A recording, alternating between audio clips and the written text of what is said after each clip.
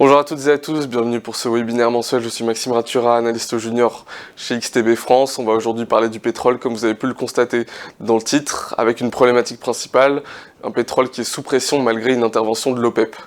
Alors, effectivement, comme vous avez pu le constater si vous suivez un petit peu les marchés, le pétrole s'est largement déprécié après la réunion de dimanche de l'OPEP. On n'attendait pas forcément de décision majeure, mais pourtant c'est ce qui est arrivé. L'OPEP a décidé de prolonger les coupes de production. Et pourtant, le marché a réagi de manière très négative. On va un petit peu décortiquer cette décision, on va voir pourquoi est-ce qu'on a cette valorisation de la part des investisseurs. Surtout qu'on avait un pétrole qui, normalement, comme vous pouvez le voir sur le graphique à droite, avait eu plutôt tendance à monter depuis le début de l'année. Et on voit que maintenant, si on se met en month to date, donc la performance depuis le début du mois, on est clairement en retrait par rapport à d'autres matières premières comme le cacao, le café, les métaux précieux, industriels, etc. Donc on va essayer de comprendre un petit peu qu'est-ce qui s'est passé sur le pétrole. On a en fait une incertitude qui demeure sur la production future, donc à la fois des membres de l'OPEP et des États-Unis. Et parallèlement, on a la demande de la part de la Chine, qui normalement était plutôt forte, qui commence à être remise en question. On a certains indicateurs qu'on va avoir l'occasion d'étudier ensemble, qui commencent à interroger un peu les opérateurs. Par contre, aux États-Unis, on a une demande qui devrait s'avérer plus forte que prévu. On va se parler de saisonnalité aussi, on va voir que les stocks vont très probablement décliner dans les mois à venir, ce qui va peut-être commencer à catalyser un rebond du pétrole, une continuation de la tendance haussière si on se met en monthly ou en weekly. Et puis enfin on a des élections aux États-Unis qui vont peut-être pouvoir avoir un certain impact, on va étudier un petit peu pourquoi, même si l'impact en général de cet événement est assez court-termiste, mais ça peut faire bouger les marchés. On va commencer tout de suite avec une petite vue sur la situation fondamentale du pétrole, et on va commencer avec un graphique, donc des prévisions de la part de l'EIA qui anticipe un marché à l'équilibre durant l'année 2024. Alors ce qu'il faut savoir, c'est que donc, ces prévisions de l'EIA que je vous présente, elles ont été effectuées avant la réunion de l'OPEP de ce dimanche, et donc elles n'avaient pas encore anticipé les prolongations des coupes de production. Et ces coupes de production en fait pourraient éventuellement approfondir le déficit alors que ça n'était pas forcément anticipé par l'EIA. Donc je vais vous montrer tout de suite un graphique à l'écran. Alors ce qu'il faut comprendre, c'est que c'est le niveau de production de la part des pays de l'OPEC, un niveau de production anticipé durant l'année 2024 et ici 2025. Ce qu'on peut constater, c'est que malgré les coupes de production qui ont été annoncées par l'OPEP, eh bien on a encore des anticipations d'augmentation de la production. En fait, c'est peut-être à ça que l'OPEP a réagi. C'est peut-être pour ça qu'on a eu cette nécessité d'avoir des prolongations de coupes, parce que l'objectif de l'OPEP, c'est de maintenir un niveau de prix assez élevé du baril, en contrepartie d'une perte de part de marché. Effectivement, si on vend moins de pétrole, eh bien on est moins représentatif sur le marché. Je rappelle que les coupes de production qui étaient imposées par l'OPEP s'estiment à 3,66 millions de barils par jour au niveau des coupes obligatoires, et puis on a des coupes volontaires qui viennent s'ajouter à ça de 2,2 millions de barils. Alors dans un premier temps, la décision de l'OPEP, ça a été de prolonger les coupes obligatoires jusqu'à fin 2025, et du côté des coupes volontaires, eh bien, la prolongation qui devait normalement, ces coupes devaient se terminer en juin-juillet 2024, elles ont été prolongées jusqu'à octobre 2024, et elles vont progressivement être abandonnées de manière échelonnée sur à peu près 12 mois. Alors, ce que vous pouvez voir sur le graphique à gauche, c'est que tous les pays ne jouent pas forcément le jeu de l'OPEP. On a l'Irak, la Russie, le Kazakhstan qui produisent beaucoup plus que ces coupes qui sont normalement imposées. Et puis on a de l'autre côté des pays qui produisent moins. On a le Nigeria, l'Azerbaïdjan, voilà, la Malaisie notamment, qui eux sont plutôt en sous-production. Et donc, alors si on fait le bilan de ceux qui produisent plus et de ceux qui produisent moins, on tombe sur ce chiffre de 255 000 barils par jour de surplus, comparativement à la limite fixée par l'organisme. Alors c'est très en défaveur de certains pays, on va notamment noter l'Arabie Saoudite qui est très dépendante du prix du pétrole et qui vise un baril à 100 $ normalement si elle veut pouvoir tenir ses objectifs de développement urbain et commercial dans les années à venir. C'est pour ça que l'Arabie Saoudite pousse notamment le respect de ces coupes de production durant les réunions et qui essaye en fait de les maintenir pour réussir à parvenir à ces objectifs. Si on regarde les anticipations de production, c'est le graphique à gauche, donc on a ici l'historique, et puis à partir de 2024 on a les anticipations, ici en pointillé. On devrait connaître une hausse de la production durant l'année 2024, Et cette hausse de production va être en grande partie catalysée par les États-Unis, ce que vous pouvez voir ici en bleu foncé, donc les États-Unis et les pays non membres de l'OPEP. Donc l'OPEP ne devrait pas forcément, même s'il y a une hausse de la production, ne devrait pas avoir un fort impact sur la production mondiale, et effectivement c'est aussi dû en partie à ces coupes de production. Alors on va noter pour les États-Unis que depuis le début de l'année, on a quand même une baisse de la production de l'ordre de 100 000 barils par jour par rapport au pic de l'année dernière, et on a une anticipation d'une continuation de 200 000 barils par jour durant l'année 2024. Voilà pour la situation globale. On va se pencher d'un petit peu plus près sur la situation en Chine. Alors effectivement, je vous l'avais dit, la Chine est plutôt demandeuse de pétrole, mais si on regarde cet indicateur qui est le taux d'utilisation des raffineries privées dans la région de Shandong, et ben c'est pas vraiment l'image qui est dépeinte. Ça suscite des interrogations, comme je vous l'ai écrit. En fait, le niveau d'utilisation que vous pouvez voir ici en orange est bien en dessous du plus bas depuis les 5 dernières années. Donc la bande que vous voyez ici, c'est le plus haut et le plus bas sur les 5 dernières années, avec la moyenne au milieu. Parce que ce qu'on peut constater, c'est qu'on est, avec un taux de 55%, on est bien en dessous du plus bas, qui se situe plutôt vers les 60%. Pourtant, si on regarde d'autres indicateurs, notamment l'indicateur de demande apparente en Chine, que vous pouvez voir sur cette courbe ici, eh bien on est quand même dans une situation haussière de la demande de la part de la Chine, même si bon, on a quand même un petit repli de la part, on a un petit repli par rapport à l'année 2023. Alors pourquoi est-ce qu'on a cette disparité entre l'indicateur du taux d'utilisation que vous pouvez voir ici en bleu et la demande apparente ici? On a peut-être une première piste d'explication qui vient de la dépendance aux importations russes de la part de la Chine. Donc peut-être que la Chine produit moins de carburant fini et qu'elle les importe plus. Mais on a également une deuxième piste d'explication que je vais vous montrer tout de suite à l'écran. C'est en fait le niveau des inventaires dans les ports en Chine. Alors donc vous pouvez voir ici en bleu ciel, c'est le niveau de l'année 2024. On est quand même plutôt en dessous des années précédentes, ce qu'on a pu constater. Mais par contre, la saisonnalité indique une potentielle hausse. Alors, qu'est-ce que ça veut dire?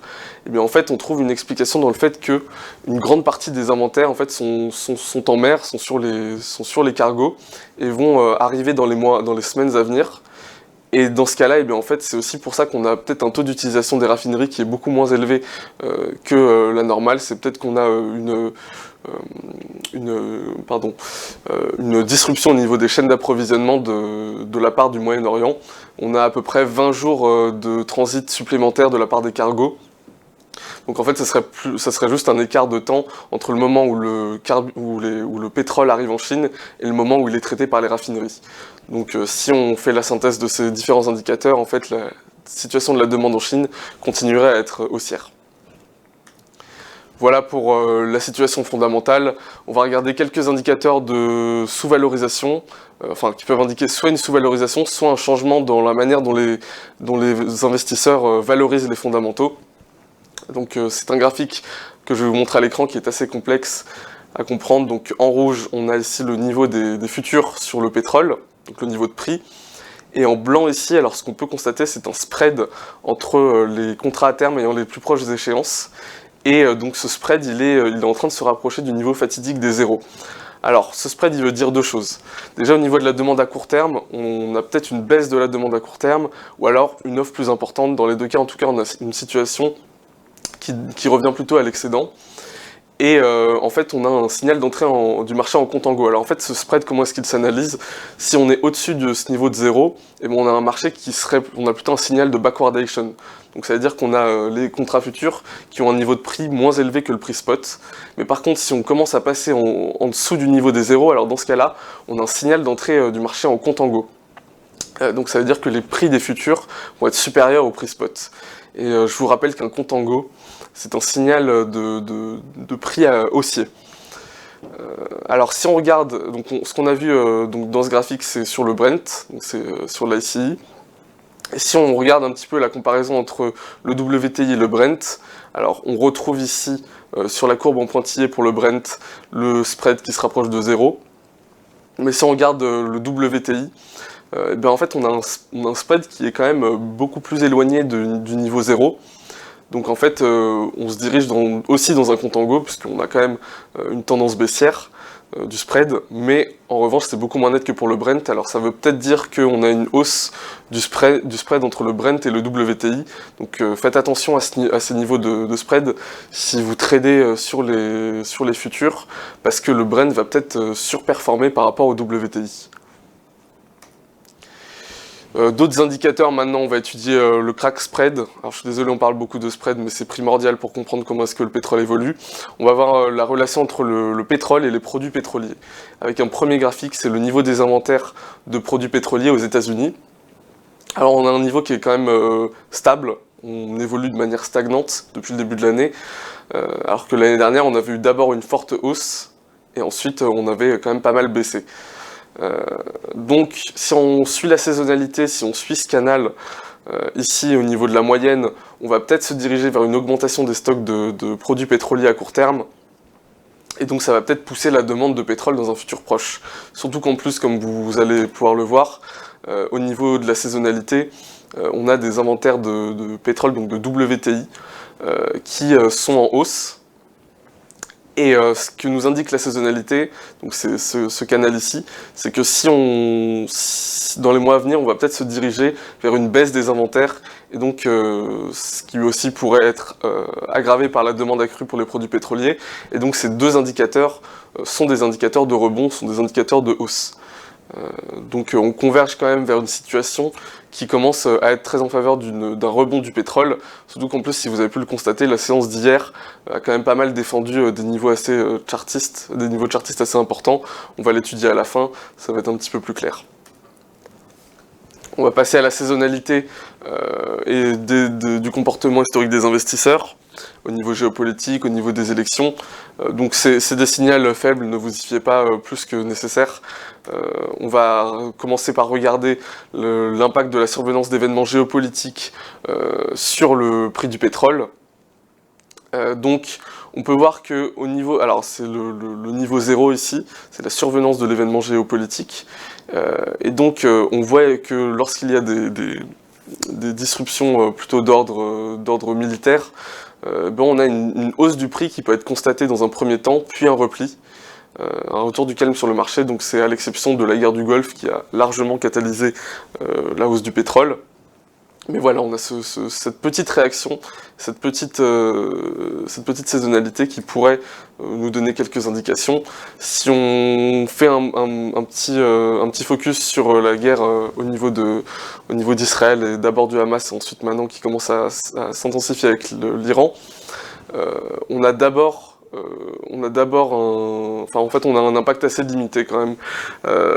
On n'a pas vraiment d'évolution. Alors on a une petite hausse, comme on l'avait vu sur le graphique précédent, au moment de la survenance de l'événement, mais ensuite les prix du pétrole repartent à la baisse. Donc on n'a pas de catalysation haussière de la part de ces événements géopolitiques. Alors faites attention parce qu'on a quand même peut-être une aggravation du conflit du côté de la mer Rouge et du détroit d'Ormuz qui va peut-être survenir, donc ça va peut-être encore changer la donne. Enfin, on va finir cette partie avec les élections. Alors c'est assez drôle à constater, mais vous pouvez voir que les élections font quand même converger. Alors un mois avant les élections, on a des prix du pétrole qui convergent vers la baisse, un déclin au niveau des élections, et on a peut-être de la manipulation électorale, donc le gouvernement américain qui surinvestit ou sous-investit sur le marché pour s'attirer les faveurs de la population américaine.